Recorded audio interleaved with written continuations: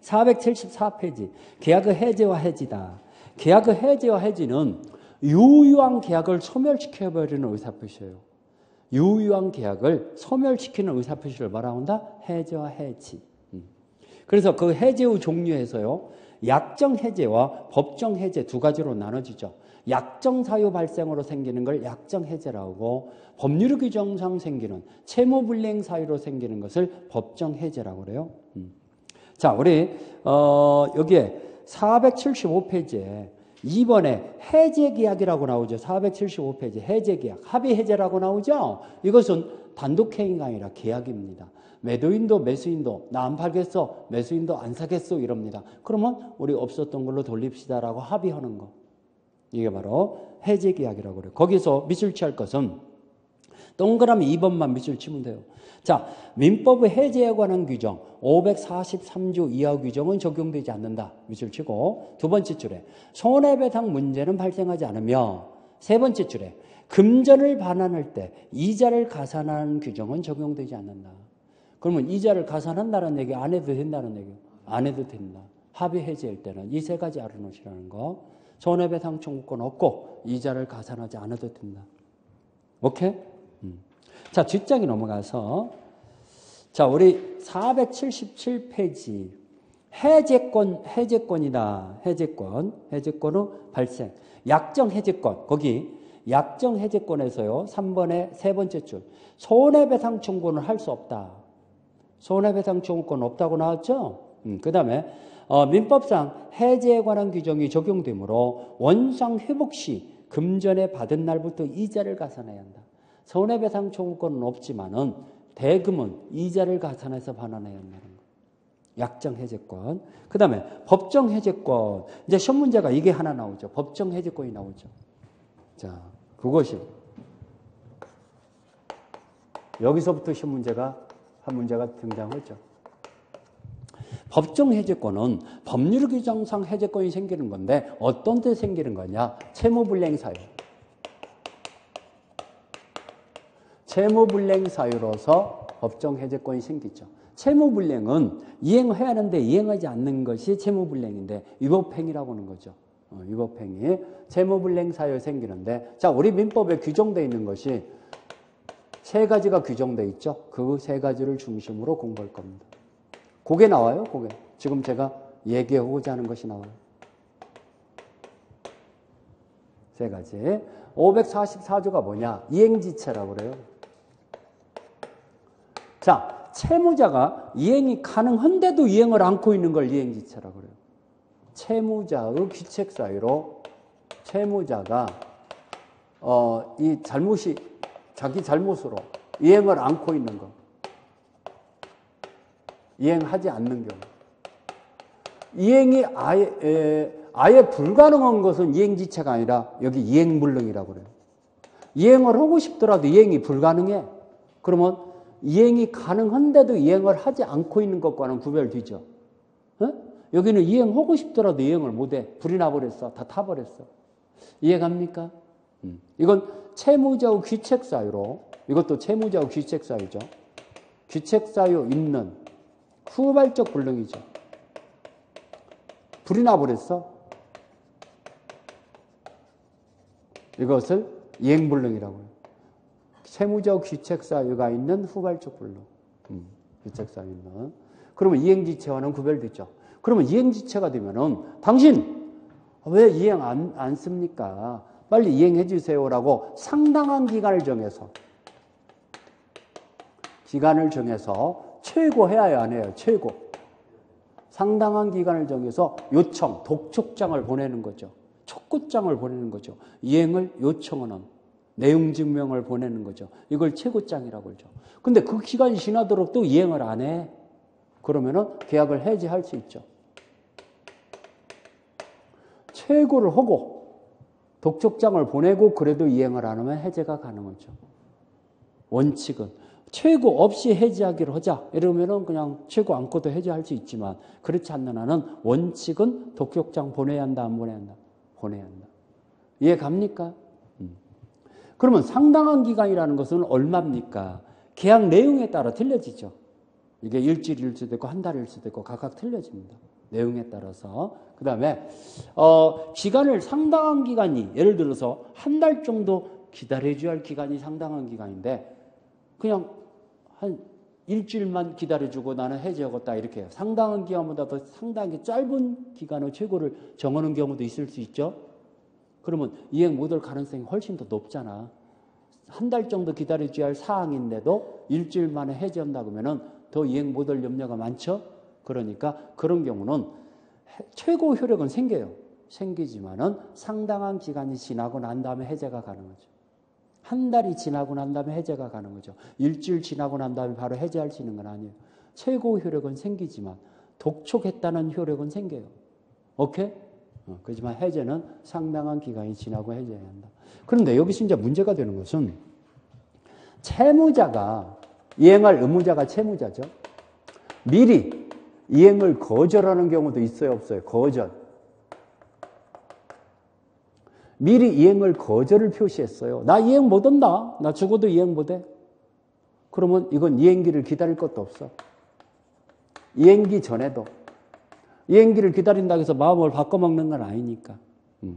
이행기 전에도 자기 채무를 이행할 것도 없어. 이행 제공 없이. 최고도 필요 없어요.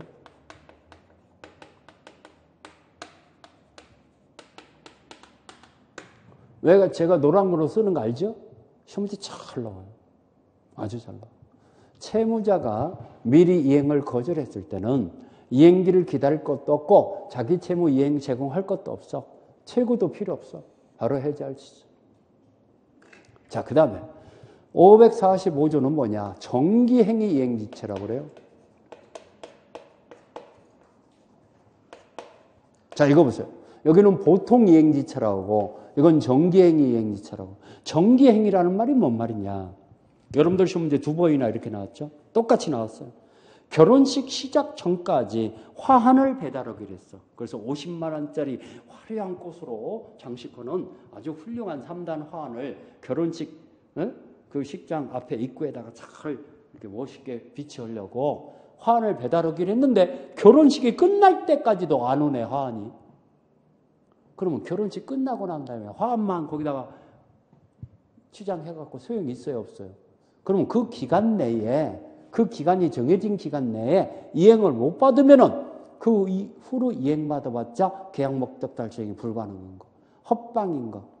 이걸 정기행위 이행지체라고 해요. 이해갑니까? 무슨 얘기인가 알아듣죠?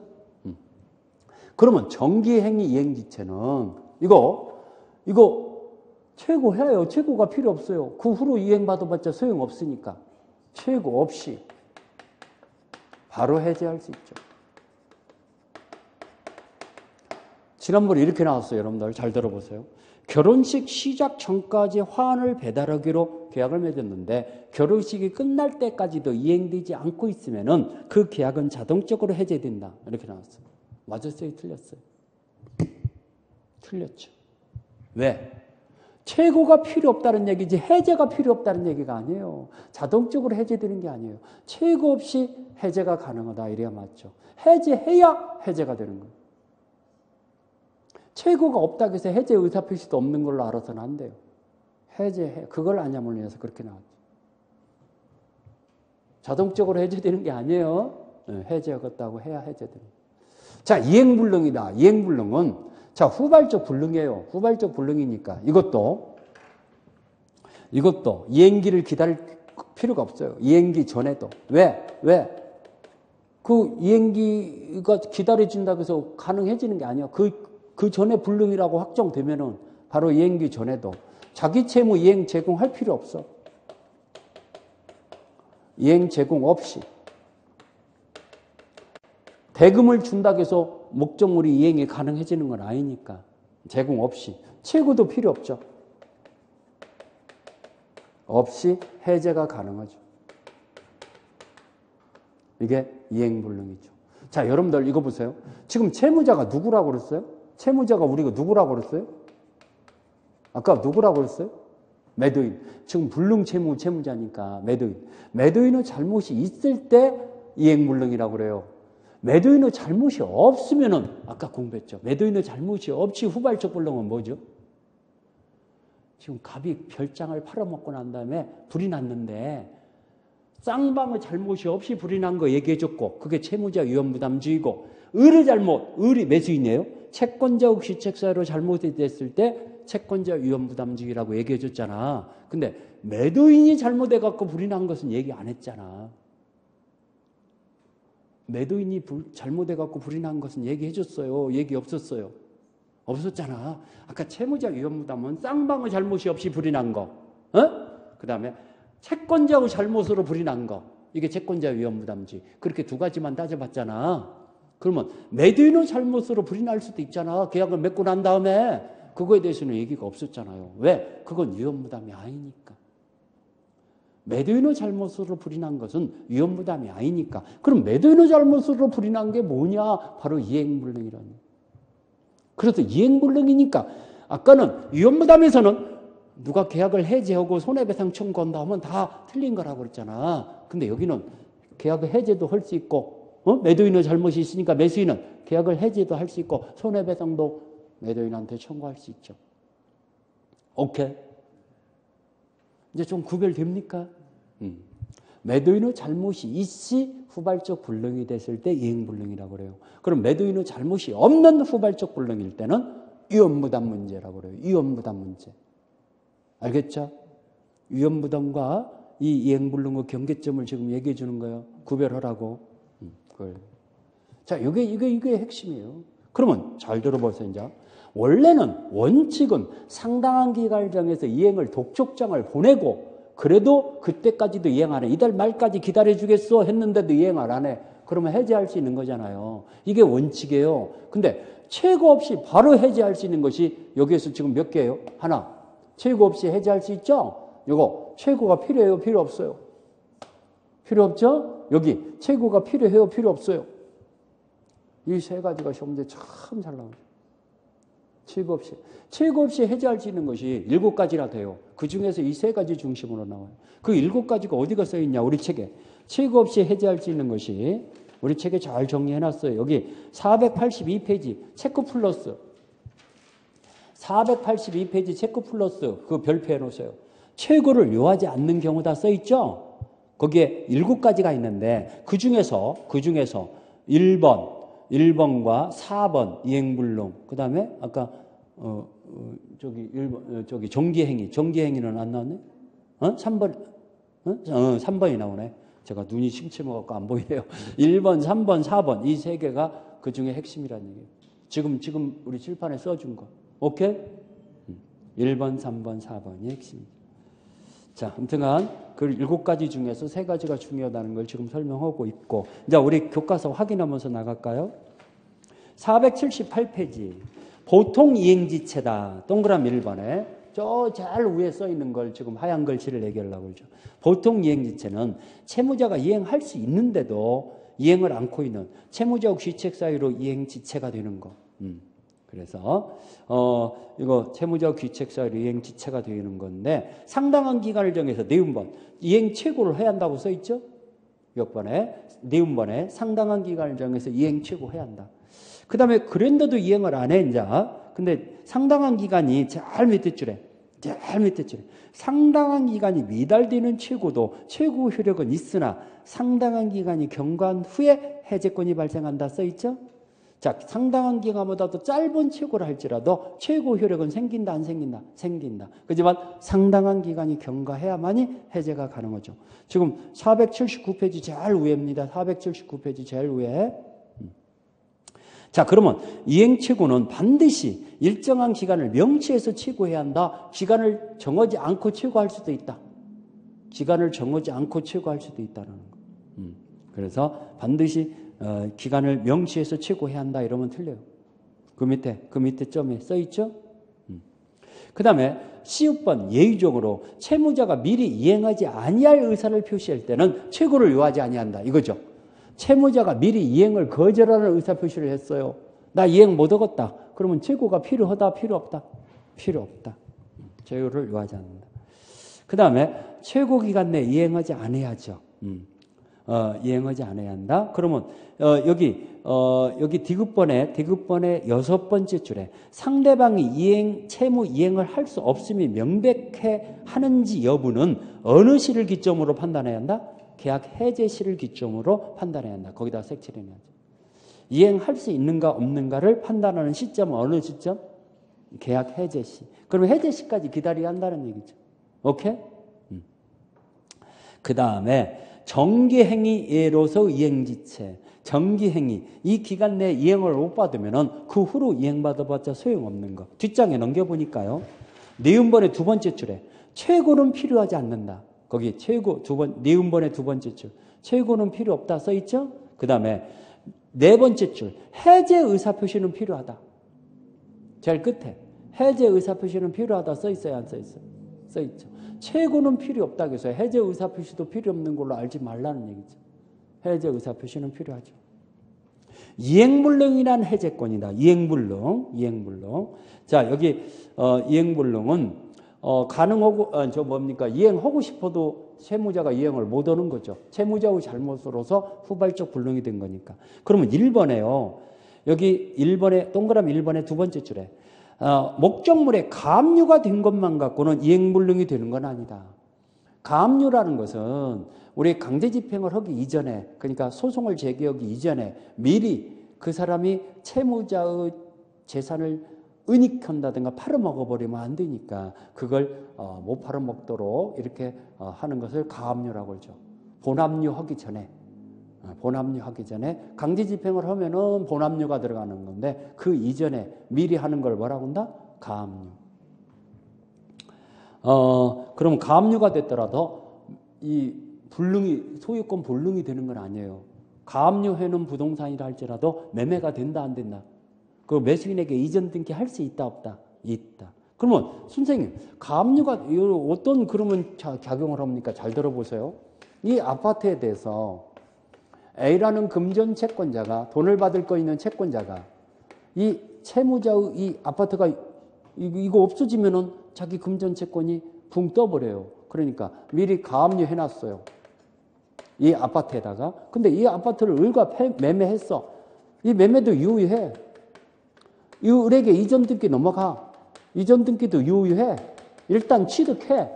그런데 가압류 채권자가 나중에 강제 경매가 들어가는 경우 있어요, 없어요? 이제 판결을 받아갖고 본안 소송을 제기해갖고 판결을 받아서 강제 집행으로 들어가면은 이 경매가 가능하죠. 이 사람은 소유권 상실하게 되죠. 강제 경매가 가능해요. 그러면 소유권 상실하게 되니까 이 경락인한테 대항 못 합니다. 가압류 채권자한테 대항 못 합니다. 그러면 자기가 일단 소유권 취득하지만 이 가압류가 말소가 안 들어가면은 소유권이 상실할 염려가 있으니까 불안해요, 안 해요?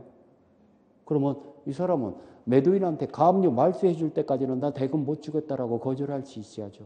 그래서 가압류 말소해 주는 것과 대금 지급은 동시행관계다 그러죠. 가압류를 말소해 줘야 할 의무를 지는 거니까. 이해갑니까?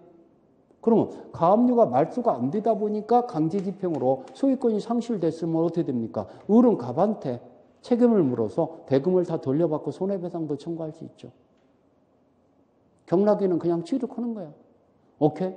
자, 그래서 가압류가 되어 있는 목적물이라고 해서 매매가 안 되고 소유권 등기가 불능으로 빠진 건 아니야. 빠진 건 아니더라도 그걸 사는 사람이 이거 불안해요, 안 해요? 불안한 거죠. 그걸 말소를 안 해놓고 사면은 강제집행으로 들어가면 꼼짝없이 날아간다니까. 오케이? 그러니까 가압류라고 해서 이행불능이 아니니까 소유권 취득하는데 지장 없으니까 이거 있어도 괜찮다 이렇게 생각하지 말라고 얘기하는 거예요 지금. 뭔 말인가 알죠? 강제집행에 앞서서 미리 이 채무자의 재산을 보존시키는 절차를 가압류 절차라고 그래요. 알겠죠? 미리 보존시키.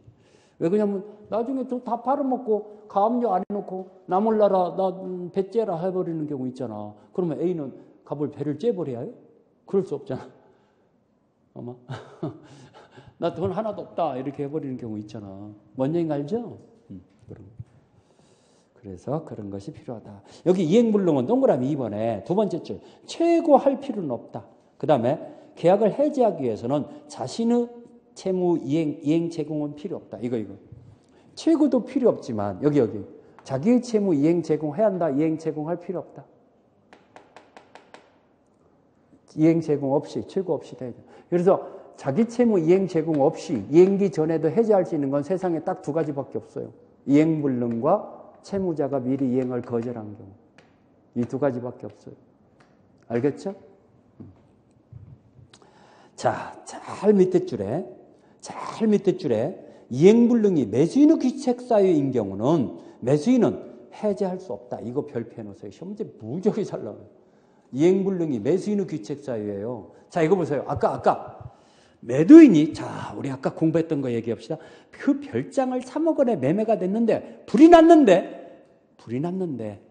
나갖고 다 타버려서 별장을 넘겨주지 못해. 그럼 이행불능이잖아. 근데 불이 난 잘못이 채권자의 잘못으로 불이 났어. 그럼 채권자의 잘못으로 불이 났으면은 대금을 매도인은 대금 청구할 수 있다겠죠?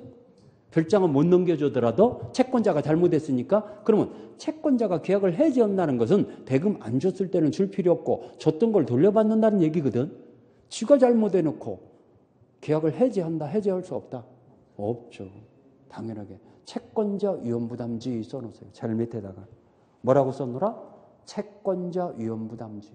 이게 바로 채권자 위험부담주의예요. 그러면 계약 해지 못해요. 대금 쥐어요. 매수인의 잘못이니까. 채권자 위험부담주의 공부했던 기억나죠? 그걸 떠올리라고 얘기해요. 시험 문제 잘 나와 이거. 잘 나오는데 잘 틀려요 여러분들. 이행불능만 생각해. 누구 잘못으로 이행불능이 됐냐에 따라 틀려. 여기는 누구 잘못이라겠어? 채무자. 매도인의 잘못. 근데 매수인의 잘못. 채권자의 귀책 사유로 이행불능이 되면은 이건 이행불능이 아니라 채권자의 위험부담주의다 그럽니다. 오케이? 조심하시라는 거. 481페이지는요. 이건 학설로 나오는 거니까 이건 시험 문제가 거의 안 나와요. 그냥 한번 읽어보세요, 여러분들. 오케이? 그 다음에 아까 체크 플러스는 여러분들 별표해놨고, 그거. 해제권 행사다. 해제권 행사는 우리 상대방한테 이거 뭡니까? 이 계약을 소멸시킨다라는 의사표시를 하는 걸 해제권 행사라고 그래요. 그래서 해제권 행사는 상대방한테 해제권자가 도달했을 때 효력이 생기는 거죠. 그렇죠? 해제권 행사. 일방적인 의사표시로서.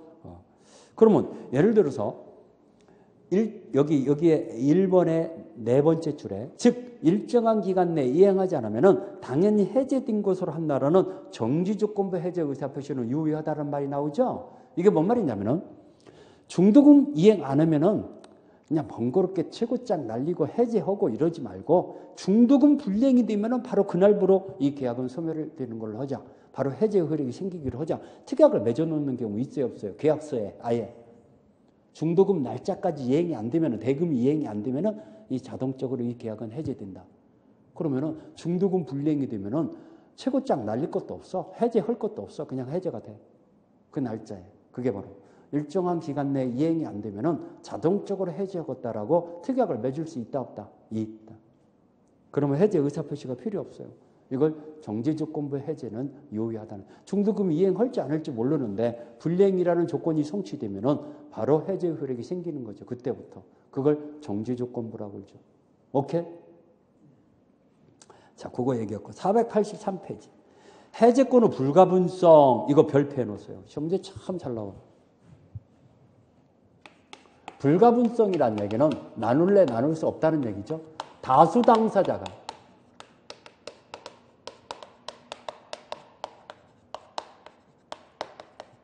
당사자 간의 계약 관계에서 생기는 거죠. 이걸 불가분성이라고 해요. 자, 보세요. 예를 들어 드릴게요. 갑의 토지를 A, B, C 세 사람이 공동 매수인으로 등장해요. 공동 매수인으로 이 토지를 같이 해서 산다 그래.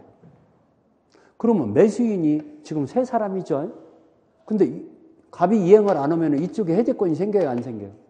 그러면 해제권은 다수인이 가지고 있는 거잖아. 다수인이 가지고 있는데 셋 중에 하나만 해제하면 되냐? 전원이 행사해야 하냐? 이걸 물어보는 거예요. 계약이 해제되려면 전원이 행사해야. 물론 동시에 할 필요는 없어. 일시적으로 해도 세 사람이 다 해제해야 해제된 거예요. 오케이? 그러면 거꾸로 이제 이쪽이 해제권이 생기는 경우 있어요, 없어요? 저쪽이 채무불이행 사유가 생기다 보니까 이쪽에 해제권이 생겼어. 그러면 상대방이 세 사람이잖아. 해제권자는 갑이지만 전원한테 다 해야죠. 이것도 행사 불가항성. 전원에게 행사해야죠. 행사는 전원이 해야 하고 상대방이 여러 명일 때는 전원한테 해야 한다는 거구나. 그렇지만 소멸은 반대죠. 자, A가 해제권을 포기했어. 그러면 A의 해제권은 소멸하는데 B씨는 포기 안 했어. B씨는 어떻게 되냐? 그러면 해제권이 그대로 남아있냐? 소멸하냐? 한 사람의 소멸 사이에 전원이 다 소멸해버려요. 이게 소멸의 불가분성이라고 그래요. 오케이? 행사와 소멸은 지금 같아요? 서로 반대예요. 행사는 전원이 해야 해요. 한 사람 갖고는 안 돼. 그렇지만 소멸은 한 사람만 소멸 사유가 생겨도 다 소멸해버려요. 오케이? 그래서 거기 1번의 행사에다 동그라미 치고 1번의 제목에 행사라는 말 동그라미 치세요. 행사라는 말 찾았어요? 자, 행사는 1번에 계약의 해지나 해체는 전원으로부터 또는 전원에 대하여 해야 한다. 거기다 밀쳐야죠. 밑줄 쳤어요? 그 다음에 이건 의무규정이라는 거. 2번에 의무규정이다 동그라미 쳐놓고 약정이 있으면 약정이 우선한다. 동그라미 2번에 의무규정이라는 말 찾았어요? 그 다음에 소멸에다가 동그라미 쳐야죠. 소멸. 2번에 소멸에다 동그라미 쳤어요? 양가로 2번. 소멸이라는 말 찾았죠? 소멸은 자, 해제의 권리가 당사자 1인에 대한 소멸할 때는 다른 당사자에 대해서도 소멸한다. 한 사람은 소멸자가 생기면 전원이 다 소멸한다는 얘기죠. 이걸 소멸을 불가분성. 그러니까 행사와 소멸은 서로 반대라구나라는 걸 알아요. 이거 시험 문제 잘 나와요, 여러분. 왜 별표라는가를 이해하셔야 합니다. 별것도 아닌데 시험 문제 잘 나옵니다. 계약의 해제의 효과다. 해제가 되면 소급적으로 실효화되죠? 소급적으로. 자, 원상 회복 의무가 있고 제일 밑에 줄에 손해배상, 해제와 함께 동시에 손해배상도 청구할 수 있다 없다? 있다. 손해배상 청구권도 생긴다. 485페이지. 계약의 해제의 소급표에서 나오는데 여기 3번의 판례에서 세 번째 줄, 동그라미 3번의 판례의 세 번째 줄 찾았어요? 계약이 해제되면은 그 계약의 이행으로 변동되었던 물권은 당연히 계약이 없었던 원상 회복으로 원상 상태로 이렇게 복귀된다는 게 원 상태로 복귀된다는 게 타당하다 할 것이다. 이 말이 뭔 말이냐면은 자 볼까요? 갑이라는 사람은 이 토지를 을과 매매 원인으로 이전 등기가 넘어갔어. 그러면 소유권 등기가 넘어갔잖아요. 근데 이 매매 계약이 해제됐어. 그러면 등기가 을 앞으로 있더라도 소유권은 계약이 없었던 상태로 돌아가 버려요. 소유권은 등기 없이도 이전 등기나 말소 등기 없이도 당연 복귀된다는 거. 지금 등기는 을 앞으로 있더라도 계약이 해제된 후부터는 을 것이다, 갑 것이다. 갑 거예요. 이거 여러 번 얘기했어요. 처음 듣는 얘기예요. 여러 번 들었던 기억나죠? 등기, 말소 등기, 이전 등기 없이도 소유권은 매도인에게 당연 복귀된다. 굉장히 중요한 얘기예요. 당연 복귀돼요. 오케이? 자, 제3자의 보호다. 여기 제3자의 보호에다가 별표해 놓으세요. 2번에다가. 자, 시험 문제가요. 우리 해제 파트에서요. 우리가 두 문제, 한 문제 내지 두 문제 나와요. 두 문제 나올 때는 여기가 한 문제 나와. 요거 한 문제 나와. 그 다음에 여기 지금 공부하려고 하는데 한 문제가 나와. 딱 정해져 있어. 알겠죠? 이거 아까 우리 법정 해제권 별표하자고 했죠? 저거. 그 다음에 이제 여기 지금 별표한 거. 별표한 거. 우리 해제의 효과.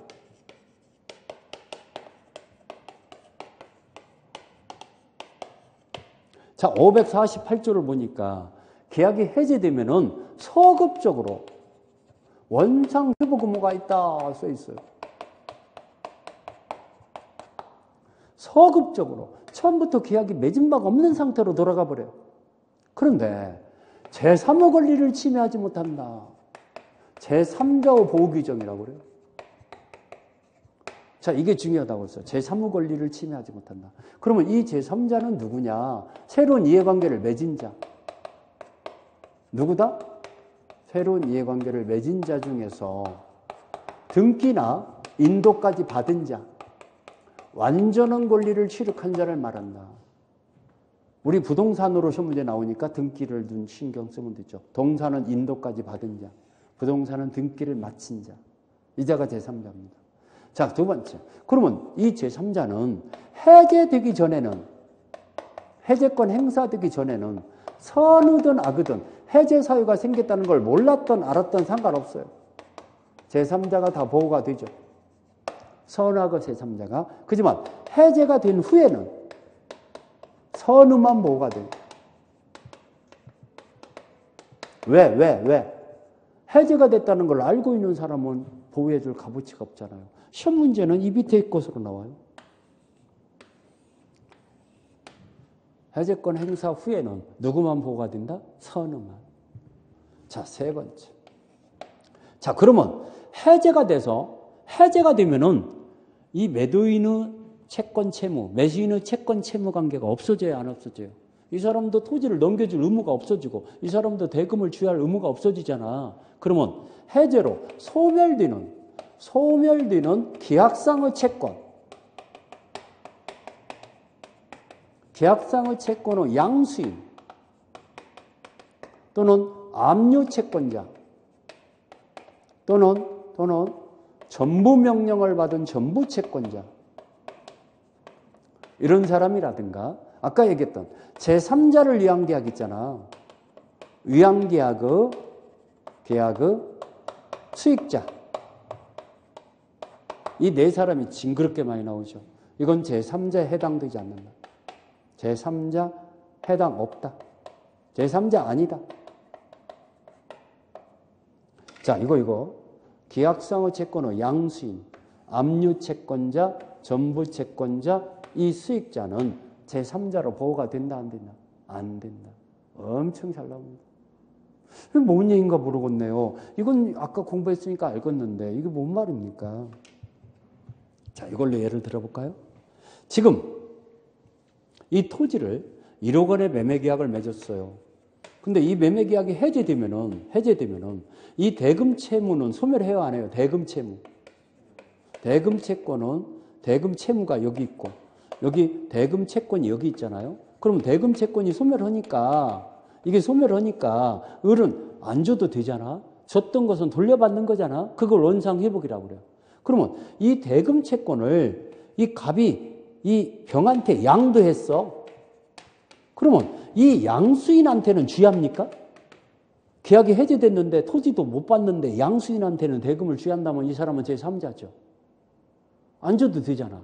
그러면 갑한테 안 줘도 되는 것을 양수인한테도 거절할 수 있고, 만약에 갑한테 줬으면 갑한테 반환받지만 양수인한테 줬어. 그럼 양수인한테 돌려받을 수 있어. 양수인한테 대금을 돌려받을 수 있다는 것은 이 사람은 제3자로 보호가 안 된다는 얘기죠. 왜? 소멸되는 채권을 양수받은 자니까 이 사람이 보호가 될 수가 없죠. 그러면 이 자가 갑한테 돈을 받을 것이 있어갖고 이 대금 채권에 압류해 놓은 경우 있어요, 없어요? 압류. 이 대금 채권을 법원에 신청을 해서 전부 명령을 받았어. 넘겨받는 걸 전부 명령이라고 그래요. 이 사람 채권으로 법원에서 넘겨줘 버려요. 이 사람 채권으로. 그러면 이건 어차피 없어지는 채권이니까 이런 사람들은 제3자다, 제3자 아니다. 제3자 아니야. 오케이? 시험 문제가 잘 나오죠. 그래서 거기 해제의 소고표다. 소고표 여기였고 제3자의 보호. 자, 제3자의 권리를 해하지 못한다. 여기 해제 이전의 권리를 취득한 자는 선악을 불문하고 보호가 된다. 세 번째 줄. 해제 이전에 취득한 자는 선악을 불문하고 보호가 된다. 써 있어요, 안 써 있어요? 세 번째 줄에 써 있죠? 자, 그 다음에 우리 여기 제3자 의미다. 새로운 이해관계, 여기 제일 밑에 줄에 새로운 이해관계를 가졌을 뿐만 아니라 뒷장에 넘어가서 등기나 인도 등 완전한 거래를 취득한 자를 지칭하는 것이고, 자, 계약상의 채권을 양수받은 양수인의 동그라미 쳐죠. 여기에 포함된다, 포함되지 않는다? 포함되지 않는다. 지금 얘기한 거. 그래서 그 밑에 또 나와요. 니은번에 보호받는 제3자가 아닌 경우 해갖고요. 밑에서 5번째 줄에 계약상의 채권을 양수한 자나, 밑에서 5번째 줄에 계약상의 채권을 양수한 자나 찾았어요? 채권 자체를 압류 또는 전부한 채권자는 제3자에 해당하지 않는다. 여기 양수인이나 계약상의 채권의 양수인이나 압류한 채권자나 전부 명령을 받은 전부 채권자는 제3자에 해당한다. 제3자 아니다. 제3자 아니다. 오케이? 아니다. 487페이지에 여기 팔레박스에 4번 있잖아요. 팔레박스 4번 좀 별표 넣으세요. 이게 3번 나왔기 때문에 또 나올 수도 있고 이러니까 제가 볼 때는 27위, 28위 계속 나왔어. 연거푸 나왔어. 나오던 것이 또 나와버리거든. 바로바로. 자, 이것 좀 얘기해 주려고 그래요. 이 토지를 을과 매매했어요. 그래서 이전 등기까지 넘어갔는데 을이 여기다가 건물을 신축을 했어. 이 신축 건물을 매매했네. 여기는 지금 토지 매매거든. 여기는 건물 매매야. 그러면 건물의 매수인이야, 이 사람이. 자, 이 대금을 잔금을 안 줘서 토지 매매 계약이 해제됐어. 그러면 이 토지 매매 계약에 기해서 새로운 법률 관계를 맺은 자가 제3자예요. 이 토지에다가 저당권 설정 등기를 했다. 가압류 등기를 했다. 무슨 또 다시 샀다. 이런 사람들은 다 제3자야. 근데 지금 토지 매매예요, 건물 매매예요. 그러면 건물의 양수인, 건물의 매수인은 제3자가 아니라는 거예요. 여러분들 시험 문제 3번 나왔어요. 제가 볼 때는 또 나올 가능성이 있어요. 4번이 그거예요. 토지 매매와 건물 매매는 틀리잖아. 자, 4번 읽어볼까요? 토지를 매도하였다가 대금 지급을 받지 못하여 매매 계약을 해지한 경우 있어서 그 토지 위에 신축한 건물의 매수인은 파란 글씨 써 있잖아. 지금 팔레박스 4번을 보고 있어요. 이 매수인은 제3자에 속한다, 속하지 않는다. 네, 이게 27회, 28회 연거푸 나왔어. 그 전에도 한 번 나왔고. 그래서 좀 잘 기억하시라고 일부러 별표를. 알겠습니까? 이런 것들이 최근에 나오던 것이 또 나오니까. 그 다음에 여기 제3자의 범위에서요. 2번째 줄에 자, 해제 이유라 하더라도 해제 이유에다 동그라미 딱 쳐야죠. 해제 이유. 3번째 줄에 그 사실을 모르고 권리를 취득하는 경우에는 제3자로 보호한다. 3번째. 이거. 해제되기 전에는 선우하고 제3자가 다 보호가 된다겠지만 해제된 이후에는 모르고 있는 제3자만 보호가 된다 이겁니다. 모르고 있는 제3자가 누구예요? 선우. 모르는 게 선우잖아. 선우 제3자만 보호가 된다. 밑줄 쳤어요? 자, 그거 뒷장에 넘어가서 자, 우리 원상회복이다. 원상회복이라는 것은 다 깡그리 반환하는 거. 이걸 원상회복이라고 그래요. 489페이지 제일 위에 니은번. 이게 시험 문제 나와요. 자, 금전을 반환할 때는 제일 위에 니은번. 금전을 반환할 때는 받은 날부터 거기다 동그라미 주세요. 받은 날부터 이자를 가산해야 한다. 이자에다 동그라미 주세요. 언제부터 이자를 가산해야 한다? 받은 날부터. 해제 시부터 이자를 가산해야 한다. 이렇게 나와. 그러면 틀려. 금전 받은 날부터 이자를 가산해야 하는데 그 이자는 무슨 성질이냐? 그 밑에 부당이득 반환 성질. 거기다 더 밑줄 치세요. 뭐 손해배상의 성질을 갖는다 이러면 틀려요. 무슨 성질? 부당이득 반환 성질. 이자는.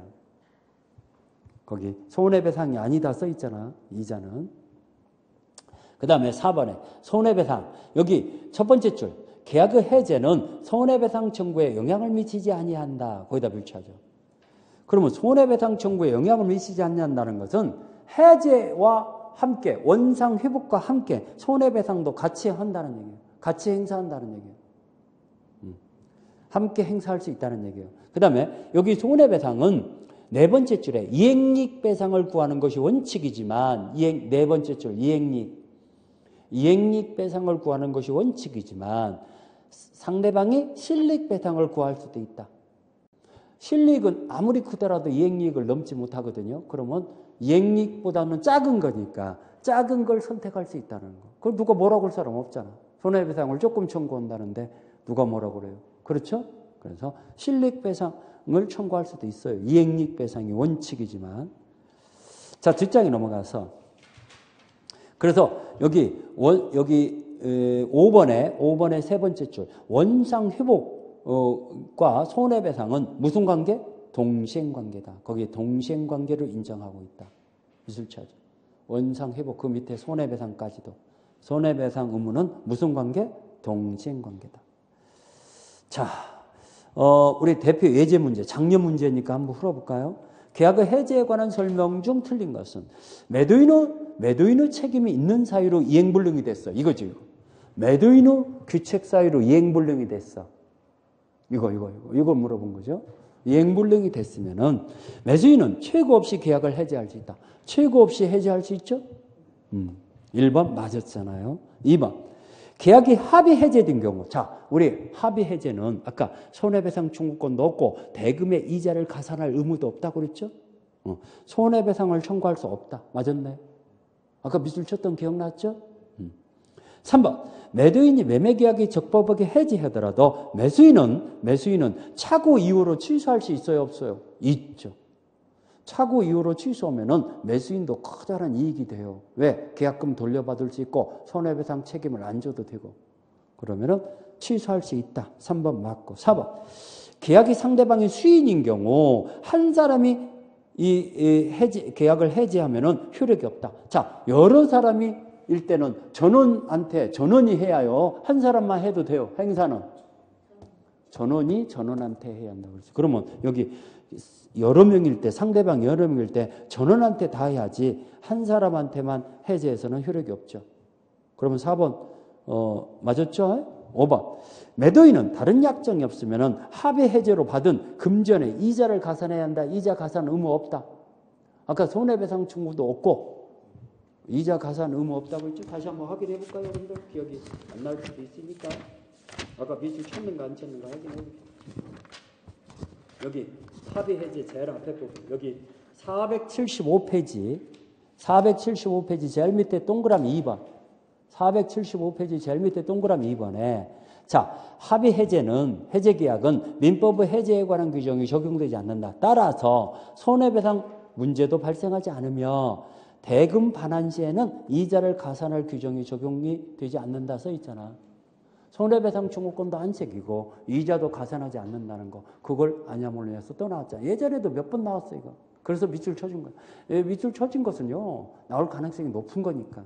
그래서 여러분들이 시간이 없을 때는 밑줄 친 것을 그냥 한 번만 읽지 말고 여러 번 자꾸 반복하세요. 빨리빨리 해서. 이해가 안 간다 해도 자꾸 논두장 찍으세요.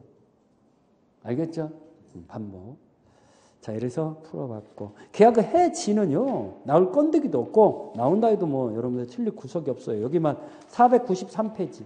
해지 효과만 눈여겨봅시다. 해지는 소고표예요? 비소고표예요? 비소고표. 거기다 동그라미 쳐줘.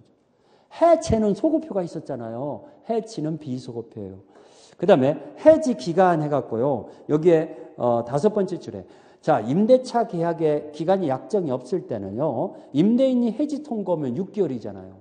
6개월간 기다려줘야죠. 임차인이 해지 통보면 1개월. 그걸 해지 기간이라고 해요. 야만이 해지 효력이 생긴다. 그 다음에 청산 의무가 있고 4번이 제일로 중요하죠. 계약의 해지는 손해배상 청구권을 행사하는 데 영향을 미치지 않는다. 그거 색칠해 놓으세요. 그렇게 한 지문에 잘 나와요. 그렇게.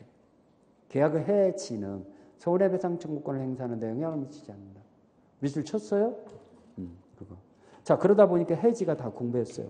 자, 우리 계약 강론 해갖고 매매, 교환, 임대차인데 우리 매매를 조금이라도 공부해 봅시다. 다음 주에 조금이라도 더 이렇게 수월하게. 알겠죠? 한 20분 정도 더 하겠습니다. 매매 계약은 성질. 매매는 낙성, 여기 낙성, 쌍무, 유상, 분류식 계약이다. 낙성, 쌍무, 요상, 분류식 계약이다 써있죠? 거기 성질의 1번, 동그라미 1번. 2번에 성질의 동그라미 1번. 동그라미 1번에 써있어요? 안 써있어요? 써있죠. 이게 뭔 말인가 알죠? 그 다음에 우리 495페이지에 자, 우리 매도인은 재산권을 넘겨주는 것이 의무이고 매수인은 대금 지급하는 것이 의무죠. 그래서 매매의 대가는 반드시 금전이 합니다. 금전이 아니고는 매매가 아니에요. 만약에 금전 이후 재산권으로 넘겨주기로 했으면 교환계약이라고 그래요. 매매계약은 반드시 대금이다. 대금 아니어도 된다. 대금이다. 이해갑니까? 금전이 아니면 안 돼요. 자, 매매계약의 성립이다. 당사자 합의에 의해서 성립되는 거고, 매매이약이라는 말이 나오죠. 이약의. 자, 이약은 본계약을 체결할 것을 약속하는 것으로서 이약도 채권계약이다. 거기 밑줄 치세요. 이약도 채권. 첫 번째 줄. 첫 번째 줄. 이약도 채권계약이라고 써 있어요? 안 써 있어요? 써 있죠. 모든 이약도 다 채권계약이에요. 채권계약이라는 거. 그 다음에 뒷장이 넘어가서 동그라미 3번을 보니까 매매의 일방이약이다. 자, 이약을 특별한 약정이 없는 한 일방이약으로 추정합니다. 그러면 일방이약으로 추정한다는 건 뭐냐? 이약권자가 본계약을 체결하고 안 하고는 이약권자에게 달려있다는 얘기예요. 이걸 일방이약이라고 그래요. 그래서 제일 밑에 니은번. 이약권을 행사하는 권리를 이약 완결권이라고 하는데 이것은 일방적으로 의사표시로서 본계약이 성립돼 버려요. 형성권 동그라미 치세요. 이약 완결권은 뭐다? 형성권. 일방적인 의사표시로 행사하는 권리를 형성권이라고 그래요. 그 다음에 양도성 동그라미 치세요. B번에. 이 이약권을 넘길 수 있어요. 여러분들 우리 제주도에 여행 가는 비행기표를 예약을 했어. 근데 자기가 바빠서 못 가. 그러니까 마침 동생이 여행 갔다 왔으면 해. 동생한테 넘길 수 있어요, 없어요? 있죠. 저도 옛날에 금강산 3박 4일 두 사람의 금강산 티켓이 여기 케이크 하나 샀는데 케이크에서 뭐 뽑으라고 하더라고. 거기에서 나오더라고. 금강산 티켓이. 재밌죠? 그걸 물어봤어, 여행 회사한테. 이거 얼마짜리냐? 150만 원짜리래. 3박 4일. 근데 제가 강의를 빠지면서 3박 4일을 그때 풀로 강의하고 있는데 어떻게 가? 못 가잖아. 더군다나 여름철에 가야 하는데 여름철인데 시험에 임박해갖고 한 2달 남겨놓고 어떻게 빠져요? 못 가잖아. 그래서 손이 동서한테 형님 시간 있으시니까 네 분이 좀 갔다 오세요. 그랬더니 좋아하시더라고. 공짜로 갔다 오니까 3박 4일. 다녀오시고 난 다음에 아이고 우리 저한테 이제 김서방이라고 그래. 김서방 때문에 참 좋은 여행 해갖고 좋네 이러시더라고요. 그래서 형님 잘하셨어요. 제가 그랬죠. 자, 497페이지. 존속기간이다. 존속기간. 이약은 거기 세 번째 줄에 이약이 성립한 때부터 10년의 제척기간이 행사하지 않으면 소멸한다. 그 밑줄 치세요. 10년의 제척기간. 언제부터? 성립한 때부터. 그러면 그 밑에 이 당사자사의 약정으로 10년을 초과하는 행사기간을 정할 수도 있다라는 거. 그러면 10년의 제척기간이 경과했는가 안 했는가는 잘 밑에 줄에 제척기간의 도가 여부는 법원이 직권조사사항이다. 법원의 직권조사사항이다. 밑줄 쳤어요? 자, 재작년 시험 문제가 대표 예제 문제가 이 문제 한 문제 나왔죠. 한번 풀어볼까요? 일방이약에 관한 설명은 옳은 거. 매매의 일방이약은 물권계약이라고 했어요. 언제나 채권계약이라고 했어요. 아까. 언제나 채권계약이라고 밑줄 쳤던 기억나죠? 그러면 1번 틀렸고. 2번. 매매의 일방이약은 상대방이 이약 완결의 의사표시를 했을 때 매매의 효력이 생긴다. 이약권자가 행사하면 매매계약이 성립된다. 이약권자가 행사하면은. 그러면 일방 이약은 상대방이 예약 완결의 의사표시를 할 때 매매계약이 성립된다. 그러니까 2번은 2번 그러니까 상대방이 좀 말이 좀 이상하네. 그러니까 예약권자가 완결의 의사표시를 했을 때 매매계약의 효력이 생긴다. 그러니까 맞았다고 배웠네.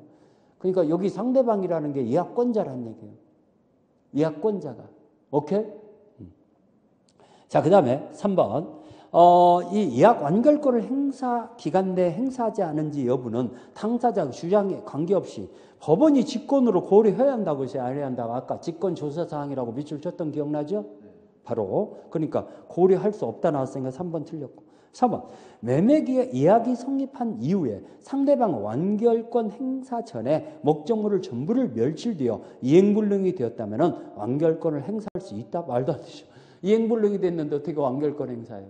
완결권 행사할 수 없죠? 예약 완결권은 당사자 사이에 성립한 날부터 5년 이내에 행사해야 한다. 약정하지 않을 때 5년이라고 있어요. 10년이라고 있어요. 10년.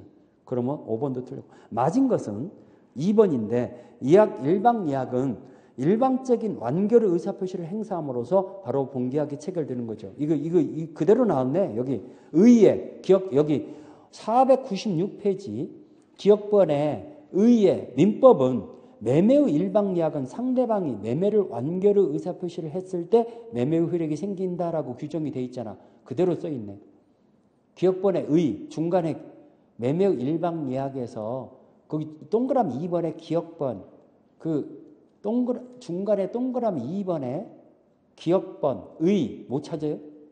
중간에 동그라미 2번에 의 거기 읽어봐요. 이제 찾았으니까 한번 크게 읽어봐. 계속 헤매고 있걸래 지금. 읽어봐 빨리. 민법은 매매의 일방 예약은 상대방이 매매의 완결의 의사표시를 했을 때 매매의 효력이 생긴다 이렇게 규정이 돼 있잖아. 그러니까 2번이 그 규정 그대로 써 있으니까 정확히 맞은 거죠. 오케이?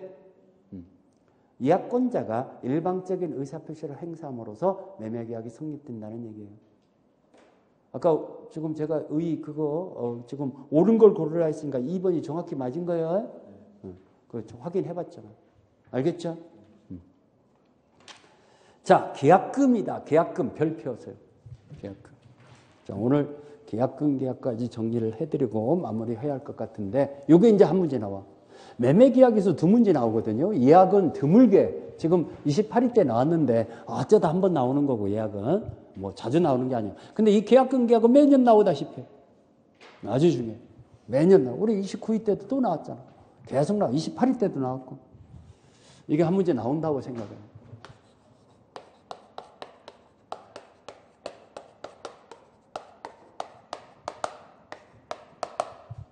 자, 계약은 계약금을 본계약에 앞서서 일할 정도, 관행상 10% 정도 미리 지급하는 본계약과 함께 한다든가 지급하면서 맺는 계약을 계약금 계약이라고 그래요. 이건 본계약, 우리 매매계약이 본계약이면은 본계약의 종딩계약이죠. 종딩계약이고 이건 계약금을 지급해야 성립되는 요물계약이죠. 그럼 본계약의 종딩계약이니까 매매계약이 무효 취소 해제되면은 계약금 계약도 따라서 무효화돼 버려요. 오케이? 그러면 계약금의 성질은 뭐냐? 계약금의 성질. 법적 성질은 세 가지로 나눠볼 수 있어요. 증약금. 자, 계약금을 수백만 원 내지는 수천만 원을 줬을 때는 아무런 계약을 맺은 바가 없는데 줄 리가 없잖아. 그러면 계약금이 온라인으로 이행됐다는 증거가 있어. 그런다면 뭔가 계약을 체결했다라는 계약 체결을 증거 표시가 되는 거야, 안 된 거예요? 증거 표시가 된다는 얘기야. 이해갑니까? 응? 이걸 증약금이라고 해요. 계약의 증거 표시가 된다. 계약 체결됐음을. 위약금. 위약금은 약속을 위반했을 때 손해배상 예정액으로 그걸 충당하겠다는 얘기예요.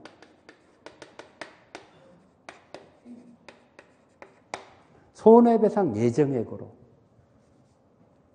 손해배상 예정액으로 추정한다라는 거. 그 얘기는 뭐냐? 본계약의 채무 불이행 사유가 생겼어. 중도금을 안 줘.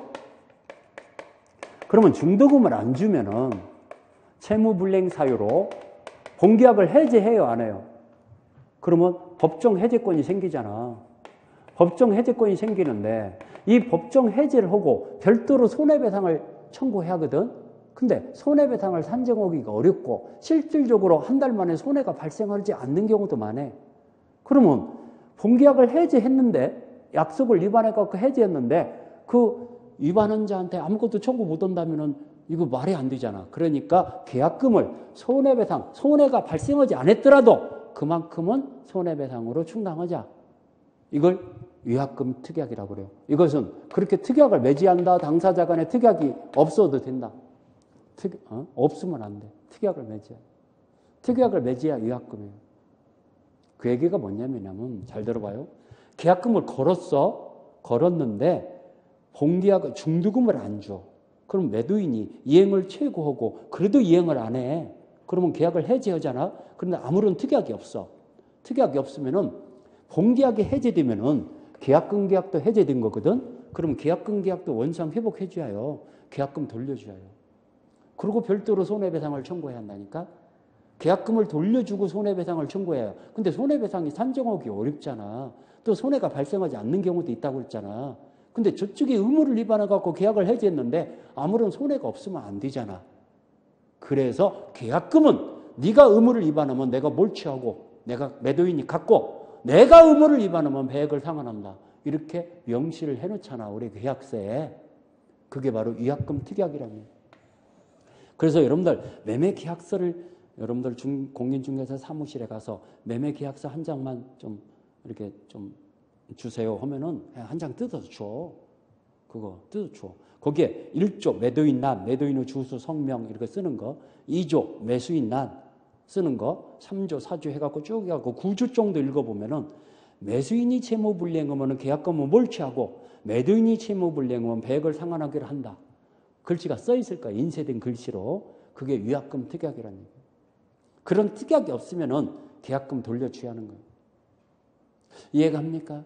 그러면 대부분이 그렇게 10 몇 조까지 쭉 이렇게 인쇄된 깨알 같은 글씨로 써 있어. 희미하게. 그리고 마지막에 도장 찍기 전에 이것도 계약 내용으로 합의함, 계약 내용으로 3개월 합의함 이렇게 해갖고 쓰고 도장 찍잖아.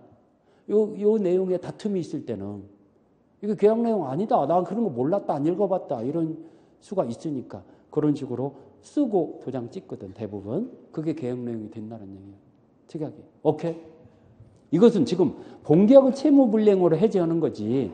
자기가 안 팔겠다 안 사겠다 해제하는 것과 틀려. 그러면 안 팔겠다 안 사겠다고 해제하는 걸 우리가 뭐라고 합니까? 이걸 해약금 계약이라고 그래요. 이것은 본계약의 이행 착수 전까지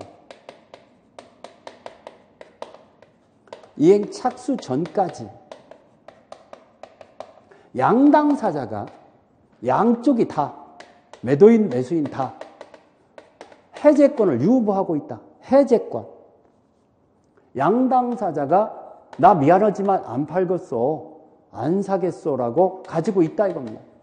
이 해제권은 자기가 마음을 바꿔먹고 하는 해제예요. 상대방이 이행을 안 하니까 해제하는 거예요. 매도인이 안 팔겠다, 매수인이 안 사겠다 하는 것은 상대방이 이행을 안 해서 하는 게 아니잖아. 자기 마음을 바꿔먹고 하는 해제잖아. 이 해제는 약정 해제권이라고 그래요. 그러면 채무불이행 사유로 생기는 법정 해제권과 자기가 마음을 바꿔먹고 하는 해제권은 같아요, 틀려요? 틀려요. 그러면 이것은 본계약의 이행 착수 전까지 매도인이 나 배액을 상환하면서 나 미안하지만 안 팔겠어. 매수인이 나 계약금 포기할 테니까 안 사겠어. 이게 바로 해약금 계약이에요.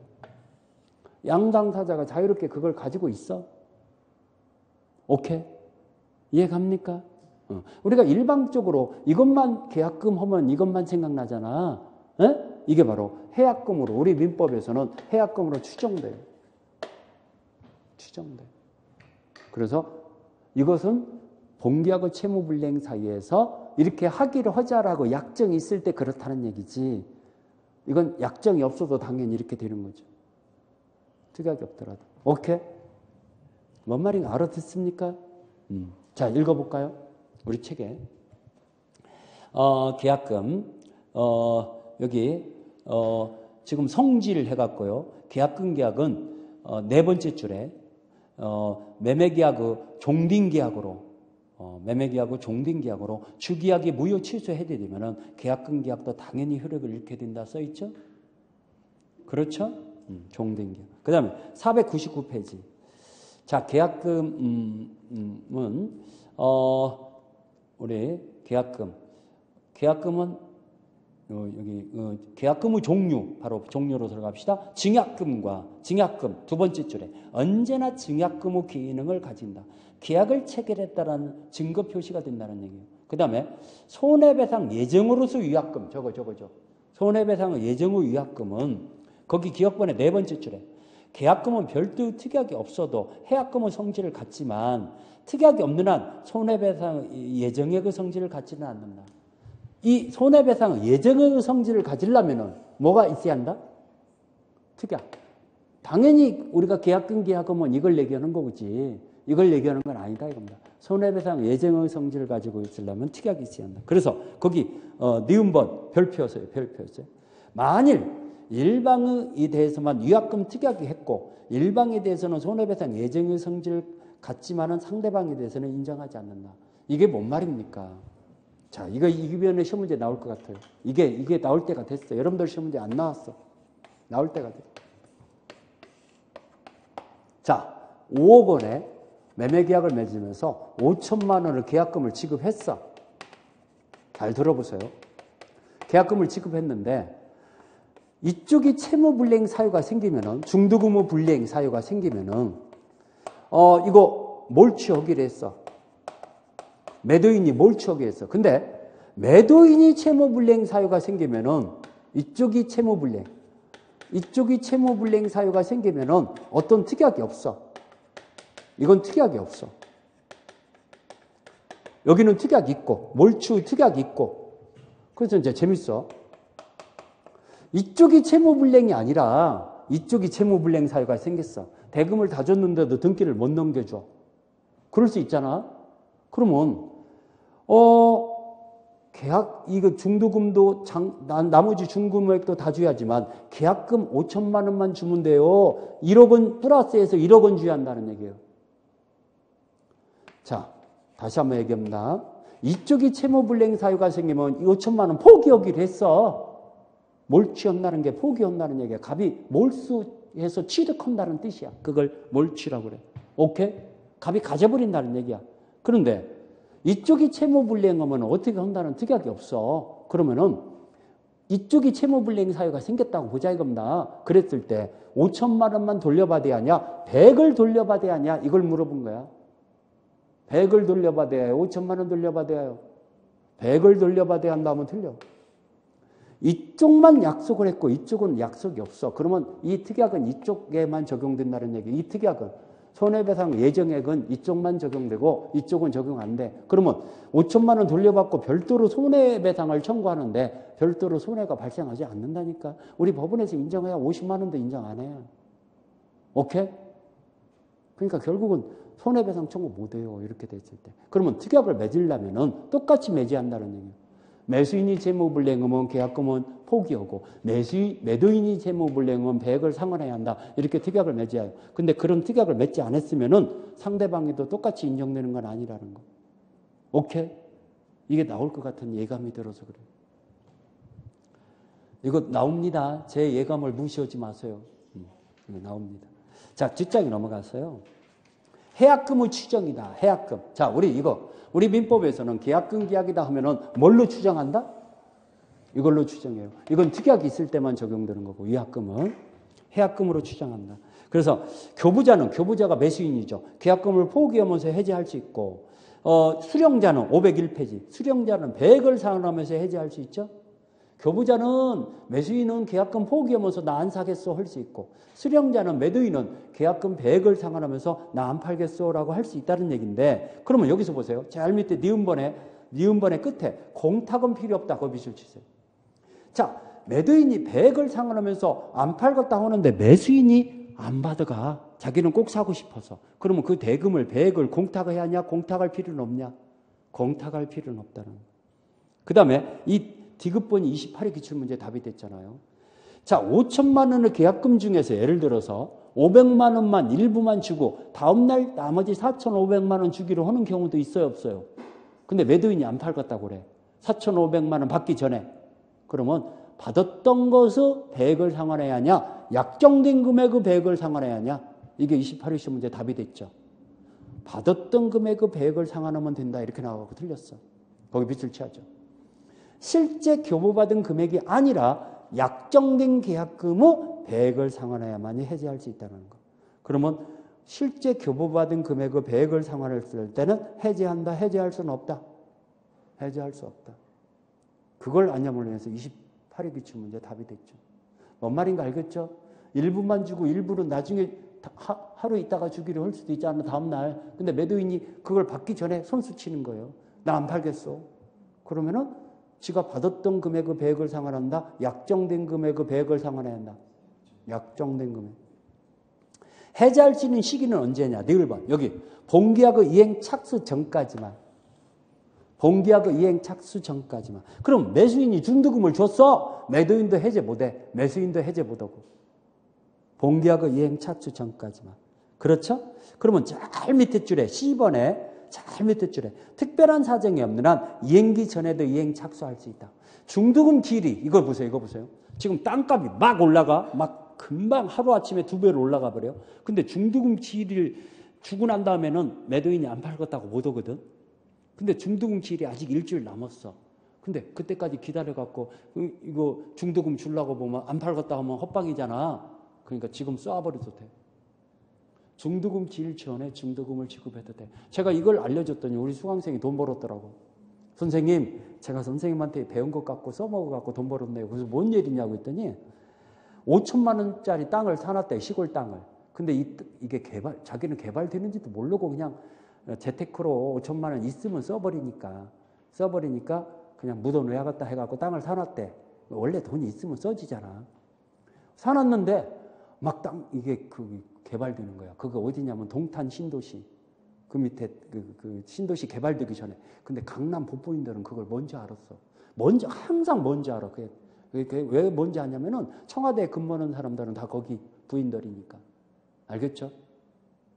장하성 경제 부총리인가 뭔가 1년 만에 재산이 2배로 늘어나 버렸잖아. 말도 안 돼. 그렇죠. 지금 재산이 104억인가 얼마더라. 참 그러냐. 아파트 가격도 엄청 올라가고 그렇잖아요. 강남에 살잖아.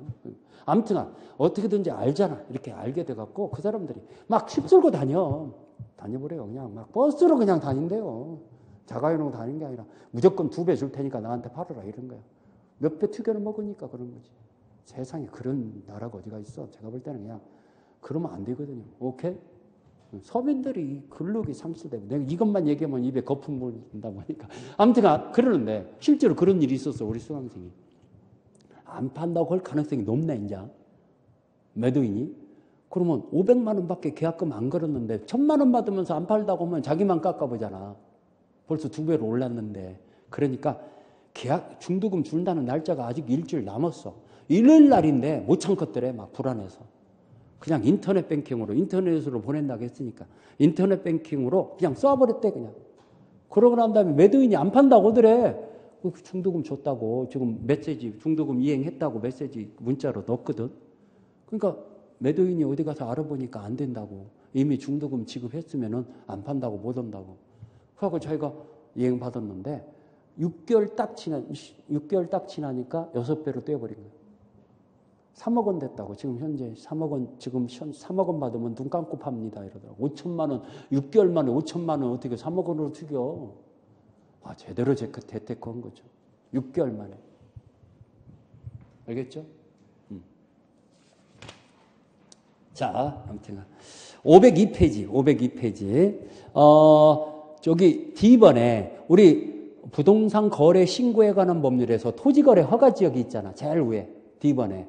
허가지역에서요. 26기 시험 문제 나온 건데 이게 여기에 네 번째 줄에 관할관청으로부터 허가를 받았다 하더라도 제일 위에서 네 번째 줄에 허가를 받았다 하더라도 찾았어요?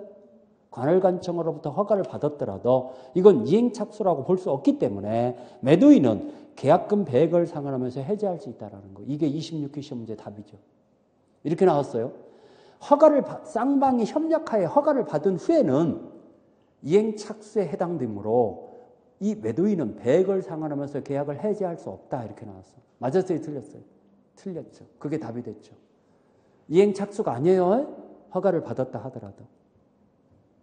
자, 이거 이무기정이니까 니을번에 배제 특약이 없어야죠. 거기 두 번째 줄에 빛을 치세요. 해약권을 배제하는 특약이 약정이 있으면은 해제권 행사할 수 없다. 자, 이거죠, 이거.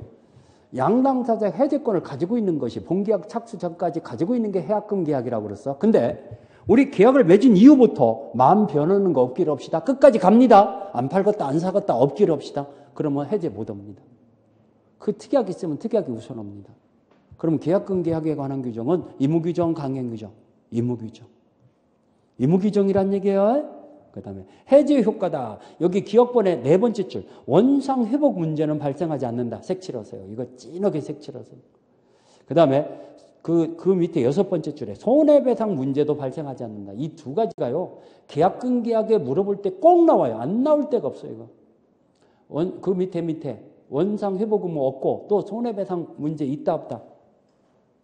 손해배상 발생하지 않는다 써 있죠? 꼭 나오더라고. 안 나올 데가 없더라고. 이거 두 가지.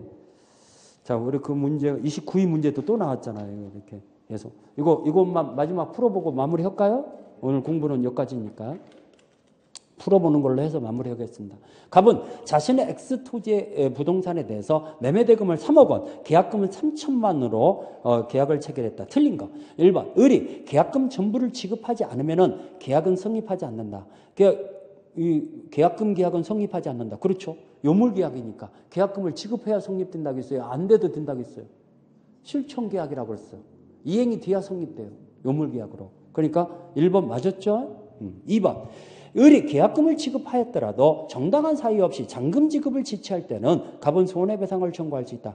계약금을 지급했을 때 여기 손해배상 청구권이 생긴다고 했어요. 금방 밑에 없다고 했죠? 손해배상 원상 회복 문제도 없다고 그랬잖아. 그러니까 이렇게 나와. 2번도 틀렸고 3번. 뭐야? 계약금 계약으로서는 여기는 잔금 지급을 지체한 때라고 나왔으니까 이건 채무불이행에 의한 손해배상 청구권이 생기죠. 계약금 계약에서는 손해배상 청구권이 안 생겨. 잔금 지급을 지체했다는 걸 제가 지금 바쁘다 보니까 제가 까먹었는데 채무불이행 사유가 생기면은 계약금 계약과는 틀리게 손해배상 청구권이 생겨야 안 생겨요. 잔금 지급이 이행이 안 되면은 계약을 해지해서 손해배상을 청구하고 그런 특약을 맺으면은 손해배상 충당해버리죠. 그렇죠? 그러면 손해배상 청구할 수 있다. 그러면 이건 맞았다고 배웠네? 잔금 지급 이행이 안 돼. 계약금 계약만 갖고는 손해배상 문제가 안 생겨요. 본계약의 이행 착수 전까지 해지할 때는. 갑과 을 사이에 매매계약이 무효나 취소되더라도 계약금 계약의 효력은 소멸하지 않는다. 말도 안 되죠. 본계약이 여기 종등계약이니까 본계약이 무효 취소 해제되면은 계약금 계약도 실효화된다고 그랬죠? 그러면 3번은 명백히 틀렸네요. 4번. 을이 갑에게 지급한 계약금 3천만 원은 증약금으로 성질을 갖는다. 여기. 언제나 증약금으로 성질을 갖는다겠죠? 증거표시. 계약의 증거표시. 그러면 4번 맞고 5번. 을이 계약금 중도금을 지급한 경우에 특별한 사정이 없는 한 갑은 매도인은 배액을 상환하면서 해지할 수 없죠. 왜? 중도금을 지급했으면 본계약의 이행 착수가 들어간 거잖아. 그러면 양당사자 해제권은 소멸해요. 매도인도 해제 못하고 매수인도 해제 못하죠. 오케이? 이것이 없어져요. 이것은 언제까지만 해제권이 있다? 언제까지만? 이 해제권은 마음 바꿔먹는 해제권은 본계약의 이행 착수 전까지만. 그러면 중도금을 지급했으면 본계약의 이행이 된 거잖아. 안 팔겠다 안 사겠다고 못하죠. 물론 잔금 지급이 이행이 안 되면 채무불이행에 의한 해제는 할 수 있어. 그렇지만 마음 바꿔먹고는 해제, 안 팔겠다 안 사겠다는 해제는 없어지죠. 오케이? 이해 갑니까? 이 해제는 채무불이행에 의한 법정 해제권이에요? 약정 해제권이에요? 약정 해제권이에요. 마음 바꿔먹고는 해제예요. 틀려. 잔금 지급이 이행이 안 돼서 해제하는 법정 해제권과는 틀려요. 이 해제할 수 없어요. 그러니까 틀린 걸 고르라 했으니까 3번만 틀렸어요. 2번이 다시 한번 얘기하면 계약금 지급만 가지고는 원상 회복 의무도 없고 손해배상 청구권도 안 생겨요. 근데 잔금 지급이 지체돼 갖고 해제되는 경우는 법정 해제권이기 때문에 손해배상 청구권이 생겨요, 안 생겨요? 생기죠. 우리 계약의 해제는 손해배상 청구권을 행사하는 데 영향을 미치지 않는다 그랬잖아요. 그렇죠? 그래서 그것과 헷갈리면 안 된다는 거. 자, 오늘 공부는 여기까지 하고, 우리 이제 매매에 관해서 이제 나머지를 쭉 또 다음 주에는 이제 민사특별법, 주택임대차나 상가임대차 보호법까지도 들어갈 겁니다, 아마. 왜? 남은 것이 얼마 안 계약법이 얼마 안 남았으니까. 민사특별법이 거의 한 반절은 공부할 겁니다. 나머지 이제 우리 그 다음 주에 나머지 한두 시간 공부하고 첫 진도로 들어가는 거죠. 지금 한 타임 정도가 조금 늦었다고 보여야겠죠. 알겠죠? 자, 우리 장시간에 대단히 수고 많으셨습니다.